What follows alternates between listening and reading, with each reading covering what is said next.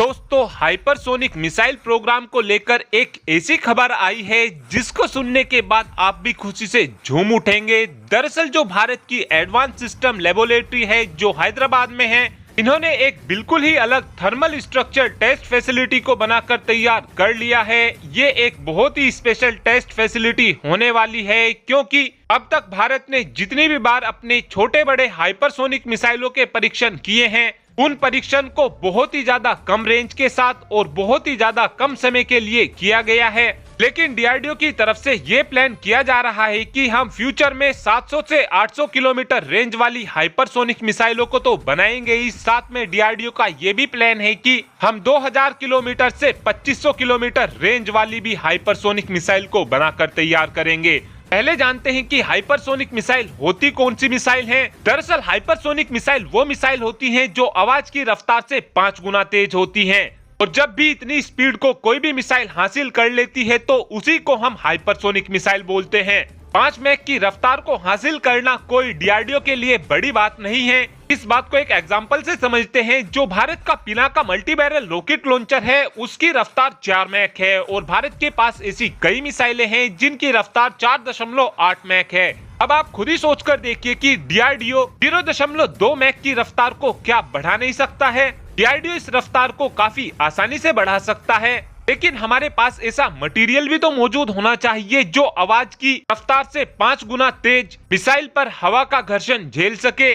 क्योंकि जब hypersonic missile को फायर किया जाता है तो उस समय इन मिसाइलों पर हवा का दबाव इतना ज्यादा तेज होता है कि ये कुछ ही सेकंडों के अंदर पिघलकर राख बन जाती हैं। इसीलिए ही इस टेस्ट फैसिलिटी को बनाकर तैयार किया गया है, ताकि इस फैसिलिटी के अंदर डीआरडीओ अपनी हाइपरसोनिक मिसाइलों के परीक्षण कर सके। और इस टेस्ट फैसिलिटी के अंदर ऐसे माहौल को बनाया जाएगा जहां पर हवा का दबाव बहुत ही ज्यादा तेज होगा और इस मिसाइल पर बहुत ही ज्यादा घर्षण लगेगा। सिंपली आप इसको ऐसे समझ सकते हैं कि जैसे हम अपनी मिसाइलों का बाहर परीक्षण करते हैं, ऐसे ही हम अपनी मिसाइलों का परीक्षण अब इस फैसिलिटी के अंदर करेंगे। इस तरीके की टेस्ट फैसिलिटी होने का एक फायदा ये भी हो जाता है कि हमारी दुनिया भर के देशों में बेइज्जती होने से भी बच जाएगी। क्योंकि शुरू में जब रशिया की तरफ से हाइपरसोनिक मिसाइल बनाई जा रही थी, उस समय रशिया के कई परीक्षण फेल हुए थे, और पिछले कुछ दिनों से हम देख ही रहे हैं कि अमेरिका के भी बैक टू बैक हाइपरसोनिक मिसाइलों के परीक्षण फेल हो रहे हैं। लेकिन भारत अपनी ऐसी इंसर्ट नहीं कराना चाहता है।